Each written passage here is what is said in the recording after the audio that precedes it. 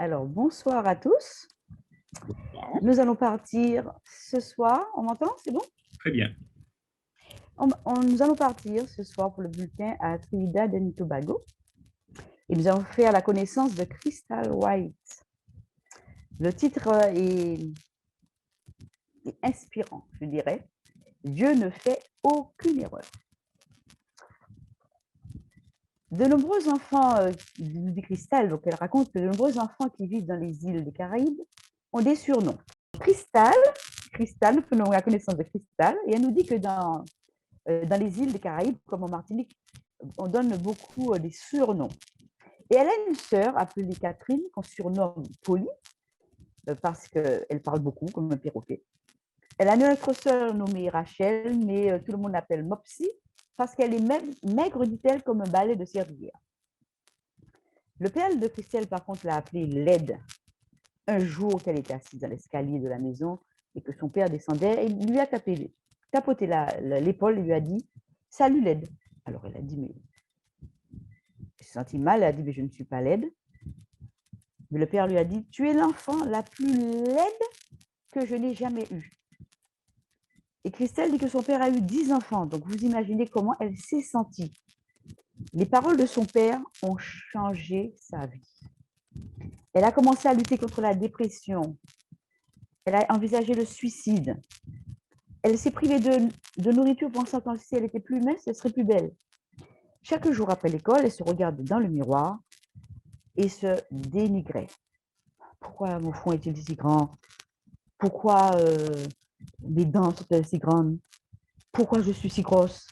Et elle pleurait, et elle pleurait, et elle pleurait tous les jours. Mais un jour, alors qu'elle se dénigrait devant le miroir, elle a entendu une chanson à la radio. « Rappelez-vous toujours que vous êtes beau », disait le chanteur. « Souvenez-vous toujours que vous êtes terriblement et merveilleusement créé par Dieu. Vous êtes un enfant de Jésus-Christ, le Sauveur, le Seigneur. » Ces paroles ont surpris Cristal. Elle a pensé, si je suis terriblement et merveilleusement créée par Dieu et que je me dénigre autant, ça veut dire que je dis par là que Dieu a fait une erreur.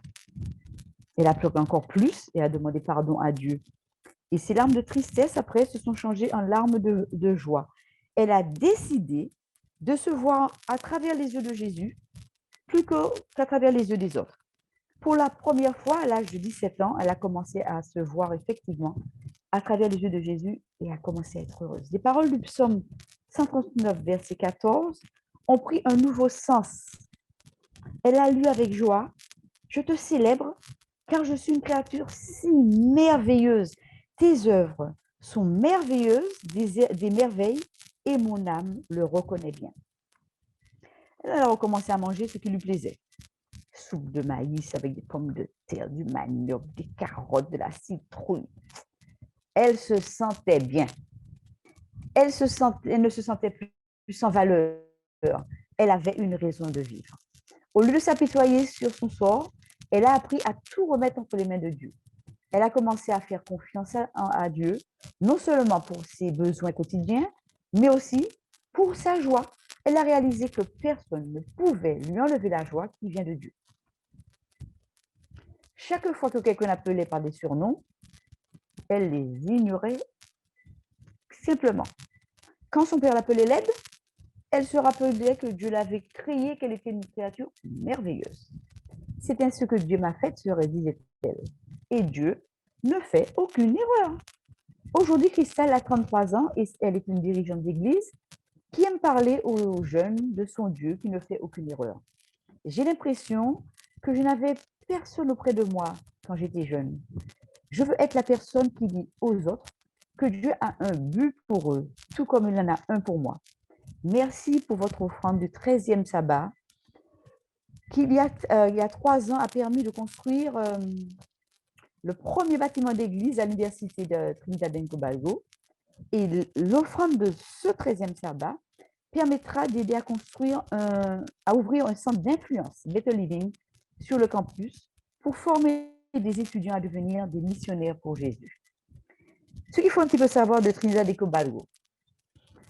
En 1498, Christophe Colomb a visité les îles.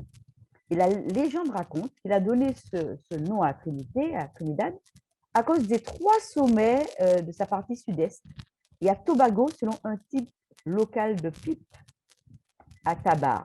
Pardon. De 1802 à 1814, la Grande-Bretagne a obtenu Trinité puis Tobago de l'Espagne et de la France. Et en 1889, Trinidad et Tobago ont été réunis en une seule colonie britannique. Le pays est devenu une république indépendante en 1976. L'esclavage a été aboli en 1834, c'est-à-dire avant la Martinique, et des travailleurs sous contrat ont ensuite été amenés d'Inde pour travailler dans les plantations de canne à sucre.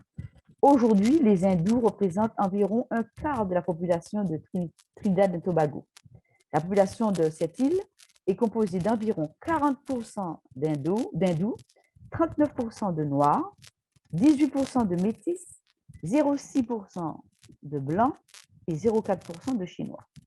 Voilà, vous avez fait la connaissance de Cristal, vous avez fait la connaissance de tous les besoins dont ils ont besoin à Trinidad et Tobago. Donc, dès maintenant, mettez de côté chaque jour une petite somme afin qu'au 13e sabbat, nous puissions les aider à